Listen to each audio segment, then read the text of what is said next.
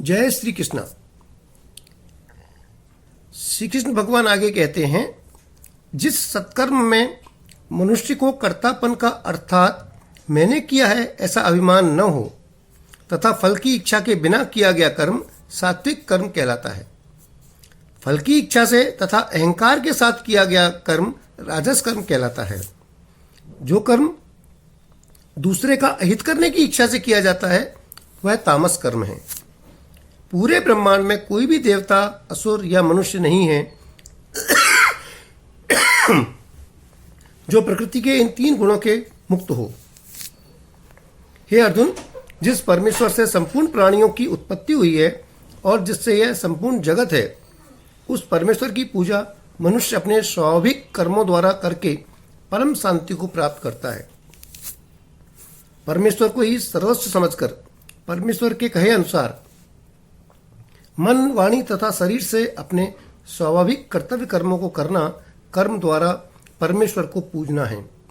ऐसी पूजा को करने वाला कर्मयोगी संपूर्ण कर्मों को करता हुआ ईश्वर की कृपा से उस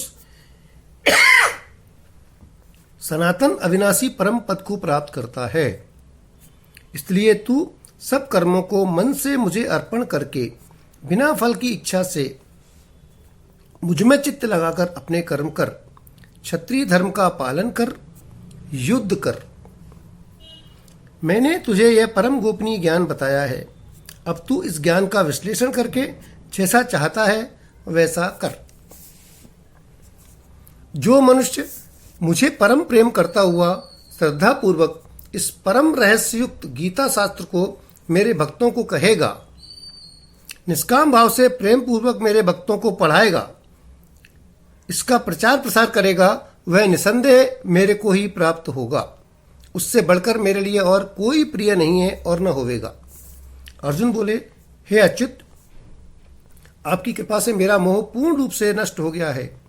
अब मैं बिना किसी संशय के आपकी आज्ञा अनुसार युद्ध करूंगा, आपकी हर आज्ञा का पालन करूंगा।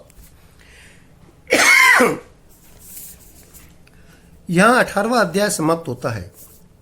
मित्रों, हमारा यह तुच्छ प्रयास भगवान श्री कृष्ण को समर्पित है। उन्हीं की परम कृपा हुई जो इस तरह का प्रयास करने का विचार मन में आया।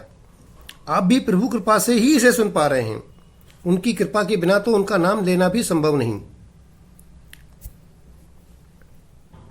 सुबह उठते से ही न्यूज की नेगेटिविटी अपने अंदर डालने की बजाय यदि गीता ज्ञान डालने की आदत हो जाए तो समझ जाना भगवान की असीम कृपा आपके ऊपर है। मेरा आप सबको जय श्री कृष्ण।